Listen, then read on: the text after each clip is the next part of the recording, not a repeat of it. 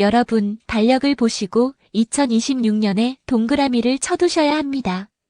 왜냐하면 2026년은 단순히 한 해를 넘어 대한민국의 시니어 복지제도의 패러다임이 완전히 뒤바뀌는 전환점이기 때문입니다. 전문가들은 이번 변화를 두고 시니어 복지 2.0 시대의 개막이라고 평가합니다. 기초연금 몇만 원을 더 주는 식의 미세 조정이 아니라는 뜻입니다. 약 900만 명에 달하는 시니어 세대의 소득 보장, 건강, 그리고 돌봄 시스템 전체를 근본적으로 재설계하는 대규모 프로젝트가 2026년을 기점으로 본격화됩니다. 우리가 이 변화를 정확히 파악해야 하는 이유는 명확합니다.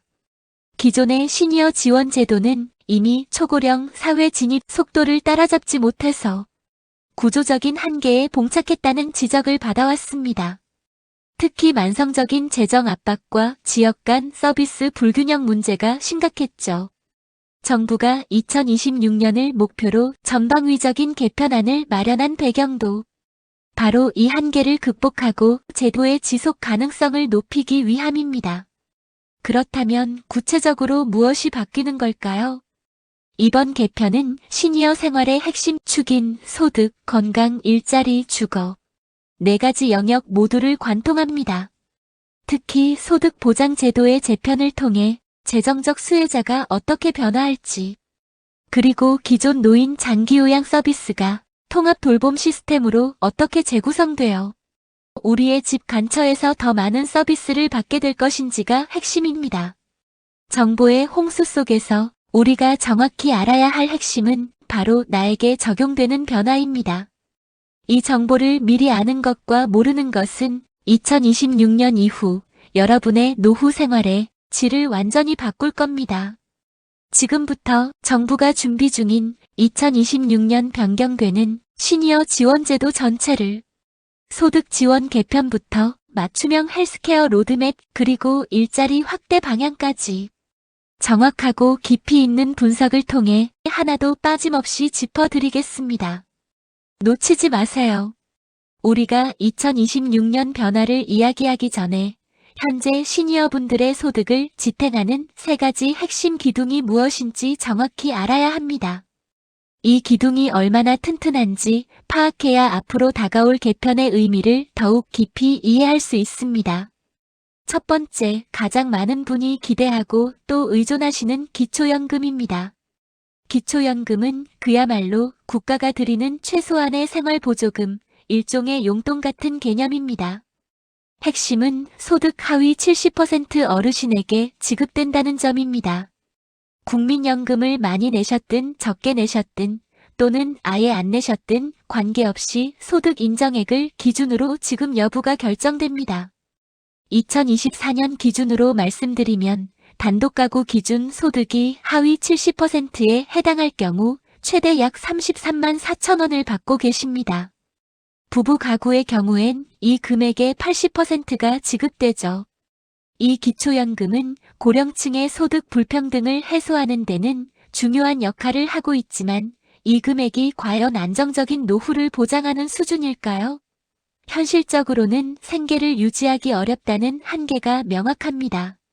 두 번째 핵심 기둥은 국민연금입니다. 기초연금과 국민연금은 성격 자체가 다릅니다. 기초연금이 비기여 방식, 즉 세금으로 지원하는 복지라면 국민연금은 내가 젊었을 때 꾸준히 냈던 보험료의 대가로 받는 기여 방식의 노후 대비 보험금입니다. 국민연금은 가입 기간과 납입액에 따라 금액이 천차만별입니다. 하지만 전체적인 평균을 보면 2023년 말 기준 1인당 월평균 수령액은 약 62만 원 수준입니다. 물론 20년 이상 장기 가입하신 분들 중에는 100만 원 이상을 받으시는 분들도 크게 늘고 있습니다. 우리가 흔히 이야기하는 신연금 세대, 즉 꾸준히 국민연금에 가입했던 베이비 부머 세대가 본격적으로 은퇴하면서 이 평균 수령액은 계속해서 올라가고 있는 추세입니다. 이 기초연금 최대액과 국민연금 평균액을 합쳐야 비로소 기본적인 생활을 유지할 수 있는 소득 구조가 만들어지는 겁니다. 세 번째 기둥은 많은 분이 놓치기 쉬운 기타 수당과 특별 지원 제도입니다. 대표적으로 장애인 연금과 국민취업지원제도, 연계 수당이 있습니다. 소득 수준과 관계없이 중증 장애를 가진 65세 이상 시니어에게는 별도의 장애인 연금이 지급되어 추가적인 소득 보장을 합니다. 또한 은퇴 후에도 재취업을 희망하는 시니어들을 위해 운영되는 제도가 있습니다. 바로 국민취업지원제도입니다.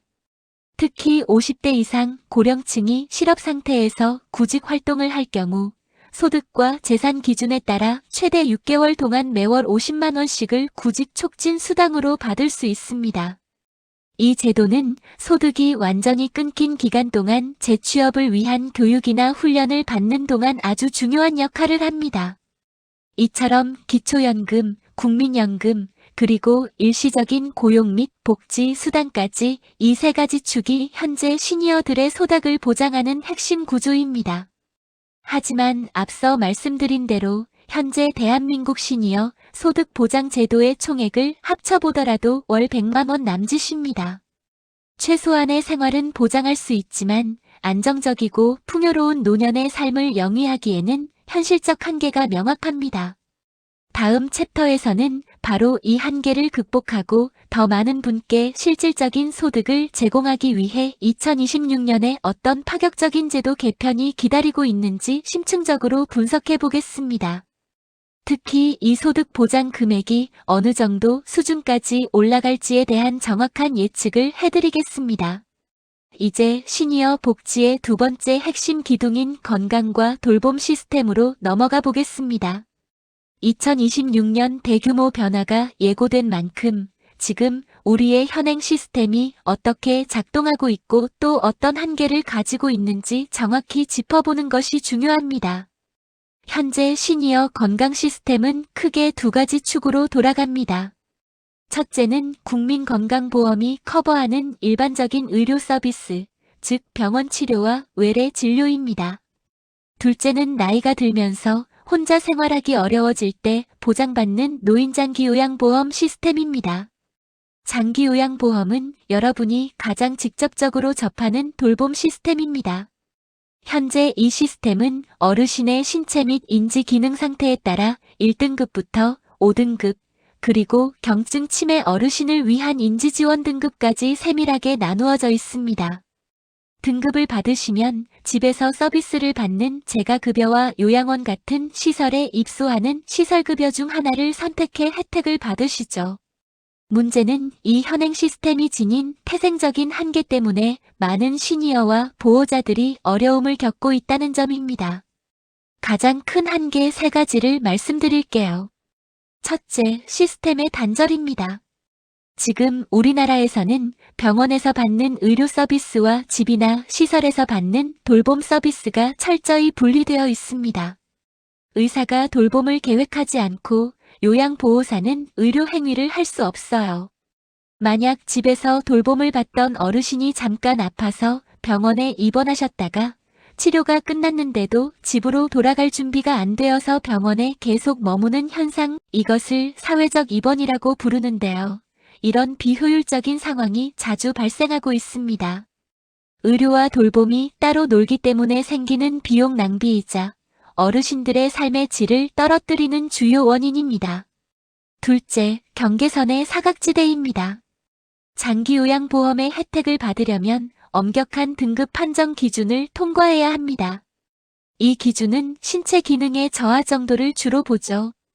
그런데 몸은 비교적 건강하지만 배우자와 사별했거나 자녀가 멀리 살아서 식사 준비나 간단한 외출 지원 등 생활 지원이 꼭 필요한 시니어분들이 많습니다.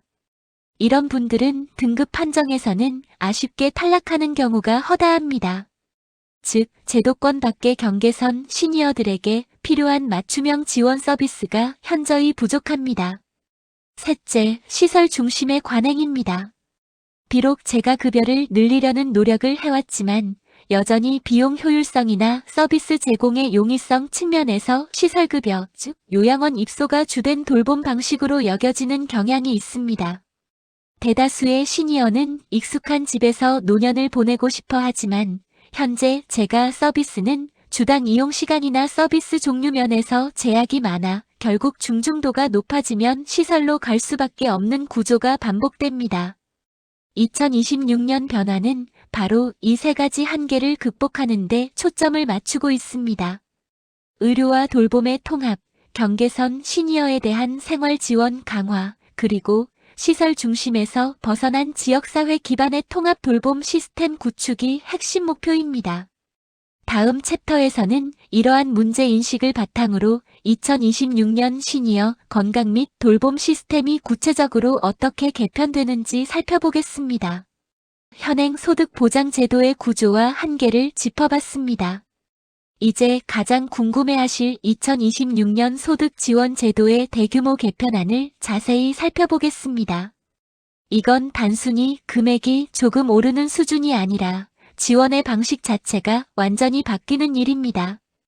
2026년 소득지원 개편의 핵심 키워드는 바로 확대와 정교화입니다. 가장 중요한 축은 단연 시니어 세대의 버팀목인 기초연금입니다. 현행 제도는 소득 하위 70% 시니어에게 지급하는 것을 목표로 하고 있죠. 2026년 개편안은 이 지급 대상 선정 기준, 즉 소득 인정액 기준을 대폭 상향 조정하는 것을 골자로 합니다. 정부는 고령화 속도와 시니어 가구의 평균 소득 증가세를 반영하여 70%라는 비율 자체를 조정하거나 혹은 실제 계산되는 소득 인정액의 계산 방식을 완화하여 사실상수의 인원을 늘릴 방침입니다. 특히 중산층 경계선에 계신 시니어분들이 이 변화에 주목하셔야 합니다. 지금은 소득 인정액이 몇만 원 차이로 아슬아슬하게 탈락했던 분들도 2026년에는 신규 수혜자로 편입될 가능성이 매우 높아집니다. 여기서 가장 중요한 변화는 자산평가 기준의 현실화입니다. 기존의 소득 인정액 산정 방식은 시니어분들의 실생활과 동떨어진 부분이 많다는 비판을 받아왔습니다. 특히 거주하고 있는 주택이나 농지 같은 비유동 자산에 대한 평가 기준이 까다로워 현금 흐름은 부족한데도 혜택을 받지 못하는 경우가 많았거든요. 2026년에는 이 비유동 자산에 대한 공제 비율을 확대하고 지역별 특성을 반영한 새로운 자산평가 기준이 적용됩니다. 예를 들어 수도권과 지방의 주택 공제액을 달리 적용하는 등 지역별 시니어가 처한 경제 상황을 보다 정교하게 반영하겠다는 것입니다. 이는 상대적으로 부동산 자산 비중이 높은 시골이나 지방 소도시에 거주하는 시니어분들에게 매우 유리하게 작용할 수 있습니다. 두 번째 큰 변화는 통합소득 기준의 적용입니다.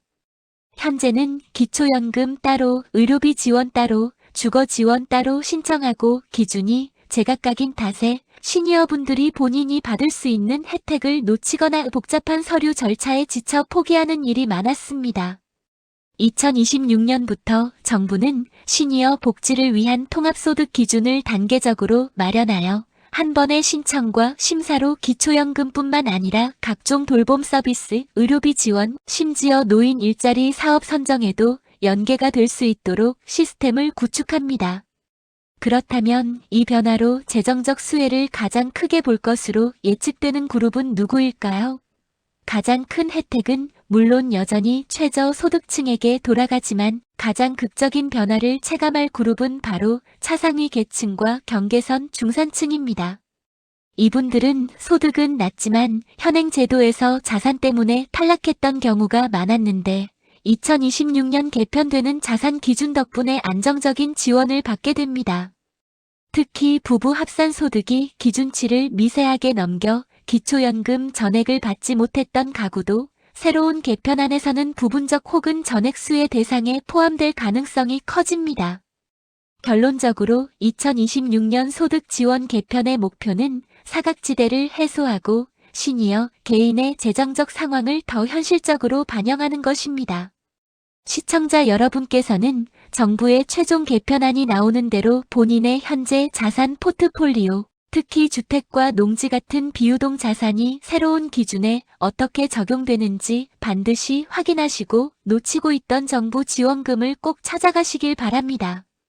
이 모든 변화는 여러분의 노후 생활을 더 안정적으로 만들기 위한 중요한 기회입니다. 이제 시니어 복지의 핵심인 건강과 돌봄 시스템, 2026년의 가장 드라마틱한 변화를 살펴볼 차례입니다. 현행 건강 시스템이 시설 중심이었다면 2026년 로드맵은 이 모든 것을 시니어 여러분의 살터, 즉 집과 동네 중심으로 완벽하게 전환시키는 데 초점을 맞추고 있습니다. 2026년 의료 및 돌봄 지원 제도의 가장 큰 패러다임 변화는 바로 지역사회 통합 돌봄의 전면 시행입니다. 기존에는 병원에 입원했다가 퇴원하면 딱 거기까지였죠. 퇴원 후 집으로 돌아가면 갑자기 의료, 요양, 복지 서비스가 각자 따로 놀기 시작했습니다. 하지만 2026년부터는 이 모든 서비스가 하나의 연결고리로 묶입니다. 시니어분들이 병원에서 퇴원하시든 혹은 요양병원에서 집으로 돌아가시든 지역 보건소와 복지관 그리고 의료기관이 연계된 통합지원팀이 움직이기 시작합니다. 이 팀은 시니어 개인의 건강 상태, 주거 환경, 경제 상황을 모두 고려해서 맞춤형 건강관리 계획을 짜주고 필요하다면 재택 의료 서비스나 간호 서비스까지 집으로 보내주는 방식입니다. 집에서 사는 동안에도 입원했을 때와 거의 동일한 수준의 체계적인 돌봄을 받을 수 있게 되는 거죠. 특히 주목하실 부분은 예방적 건강관리의 대폭 확대입니다.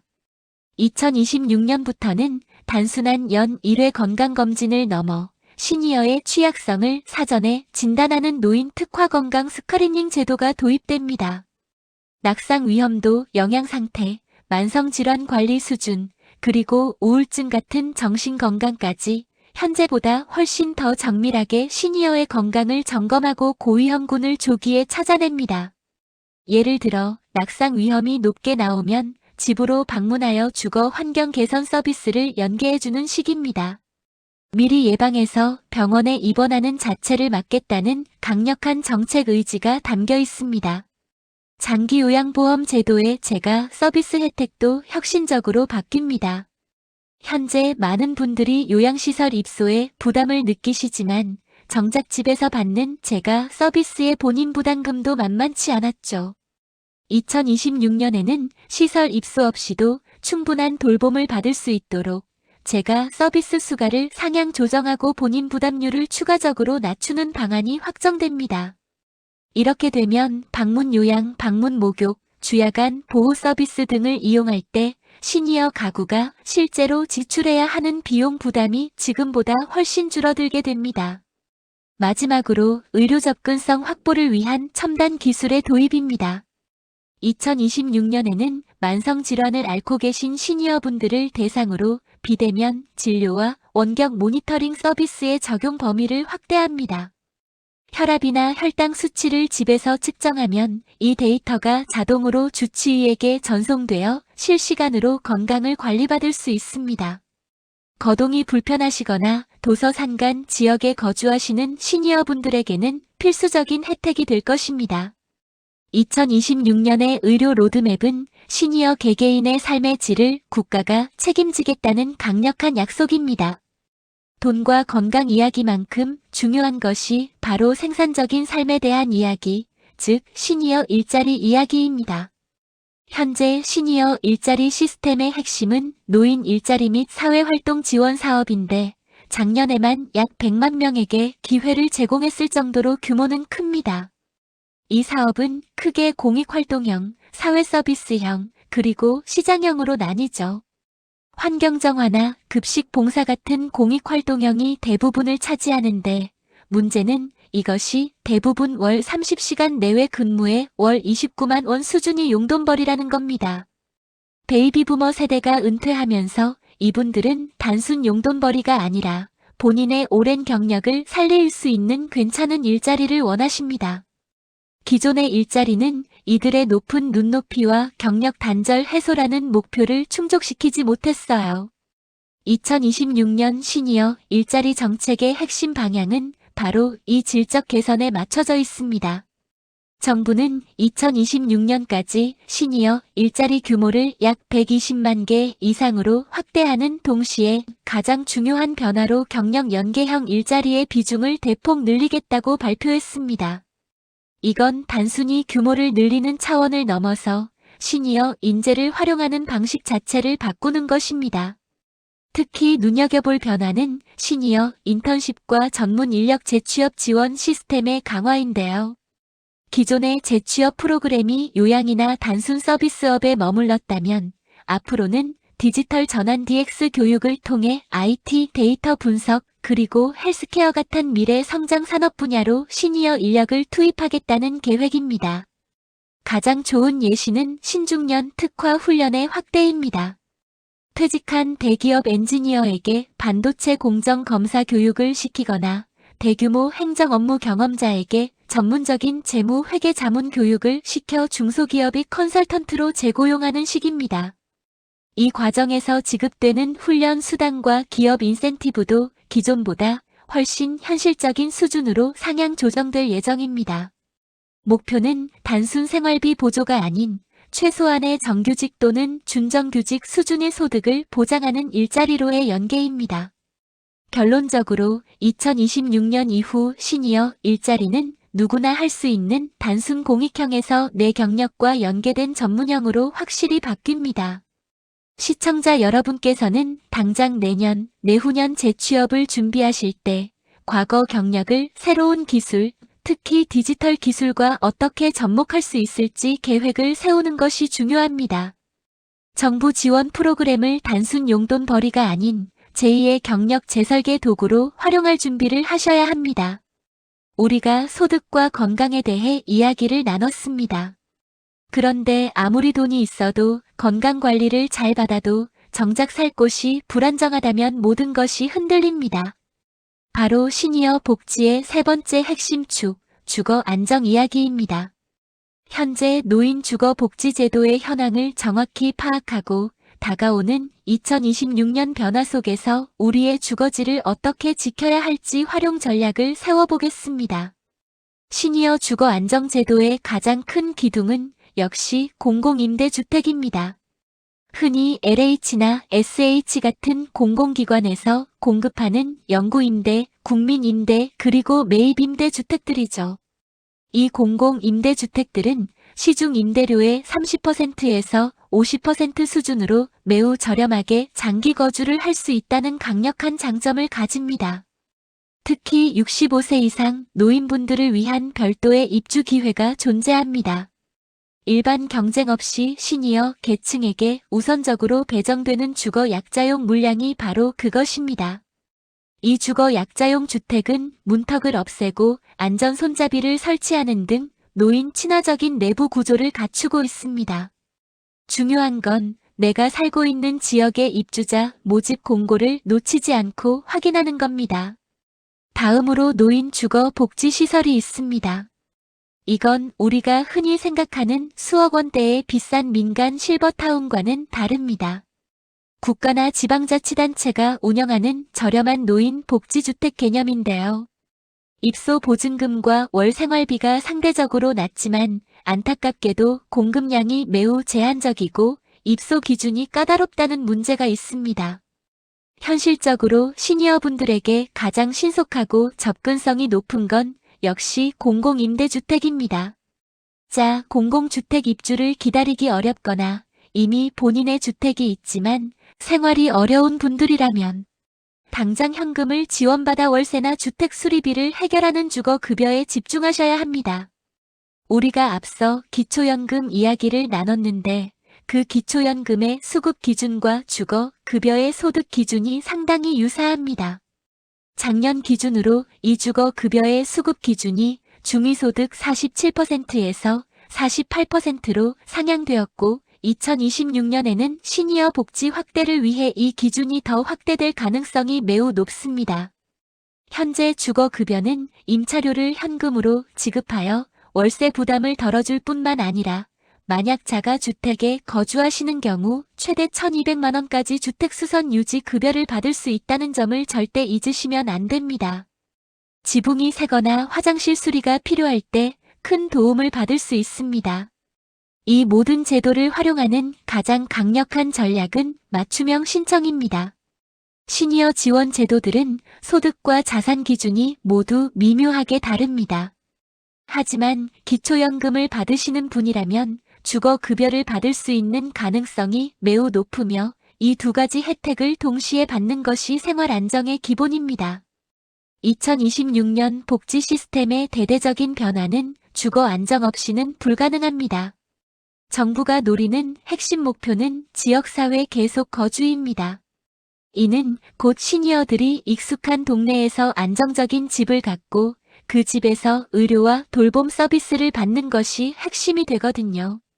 그렇기 때문에 지금 당장 주거급여를 활용해 안정적인 기반을 다지는 것이 2026년 신규 돌봄 서비스를 받아들이는 첫 번째 단계가 될 겁니다.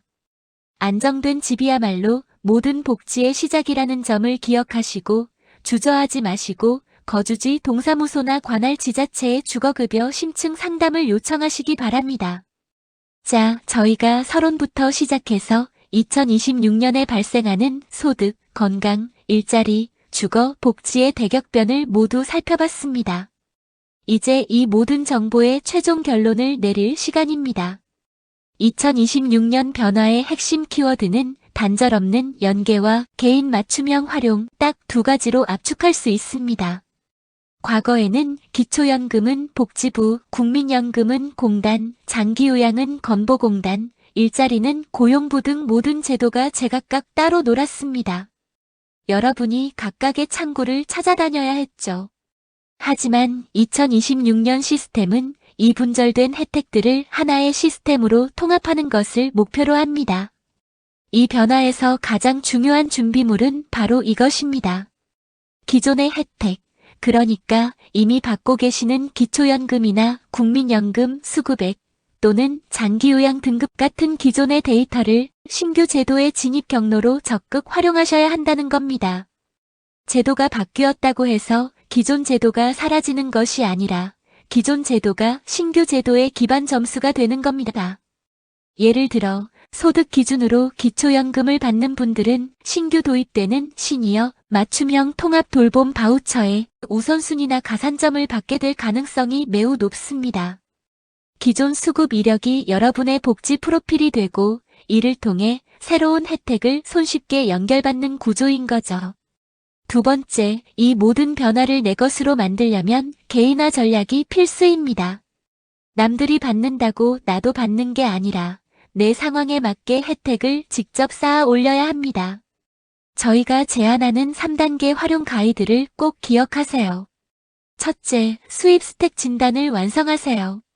내가 현재 받고 있는 국민연금, 액수, 앞으로 받게 될 기초연금 예상액, 그리고 2026년 개편되는 시니어 일자리 사업에 참여 가능 직무까지 세 가지를 병렬적으로 진단해야 합니다. 소득이 낮은 분들은 신규 지원금이 재정적 수혜자로 집중되는 만큼 개편되는 통합지원금을 적극적으로 신청해야 합니다. 둘째, 건강 돌봄 로드맵을 작성하세요. 장기요양 등급 외 경계선에 있는 분들, 특히 만성질환관리 비용이 많이 드는 분들은 2026년 신규 도입되는 지역사회 통합 돌봄 시스템의 문을 두드리셔야 합니다. 이 시스템은 요양시설 입소 대신 집에서 재가 서비스를 받을 수 있도록 설계된 핵심 제도입니다. 시설에만 의존하던 기존 시스템의 한계를 극복하는 이 제도의 혜택을 놓치지 않으려면 내 건강 상태를 기반으로 어떤 방문 의료나 방문 돌봄 서비스를 이용할지 구체적인 플랜을 미리 짜두세요. 셋째, 주거 안전망 확보를 최우선 순위로 두세요. 모든 복지의 출발점은 안정된 주거입니다. 주거 환경이 불안정하다면 나머지 복지 혜택의 효과가 반감됩니다. 2026년 확대되는 시니어 공공주택이나 주거 환경 개선 지원에 대한 정보를 최우선으로 찾아보시고 내 지역의 지자체 노인복지 담당 부서에 문의 목록을 준비해야 합니다. 특히 취약계층이라면 주거 지원이 소득 및 건강 지원과 함께 패키지로 연계될 가능성이 높으니 반드시 활용해야 합니다. 이제는 복지제도가 복잡하고 어렵다고 외면하실 때가 아닙니다. 2026년 변화는 여러분이 먼저 움직여서 나는 이 혜택을 받을 자격이 있다고 증명해야 더 많은 혜택을 가져갈 수 있도록 설계되어 있습니다. 정부가 주는 혜택을 수동적으로 기다리지 마시고 내가 받을 수 있는 혜택을 찾아 연결하고 통합하는 적극적인 수혜자가 되시길 바랍니다. 가장 중요한 정보, 즉 이 모든 정보를 한눈에 볼 수 있는 가칭 시니어 복지 포탈이 2026년 개편 과정에서 핵심 창구가 될 것입니다. 이 포털의 공식 명칭과 사용법, 그리고 지역별 연계 정보가 나오는 즉시 저희 채널에서 가장 빠르고 정확하게 전달해 드릴 것을 약속드립니다.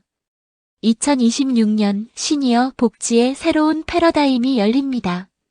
여러분의 안정되고 풍요로운 노후를 저희가 계속해서 응원하고 지원하겠습니다. 긴 시간 함께 해주셔서 감사드려요. 도움이 되셨다면 구독과 좋아요 잊지 마시고 꼭 부탁드려요. 그리고 항상 건강 잘 챙기시고 외출하실 때 마스크 꼭 착용하세요. 그럼 다음 시간에 다시 만나요.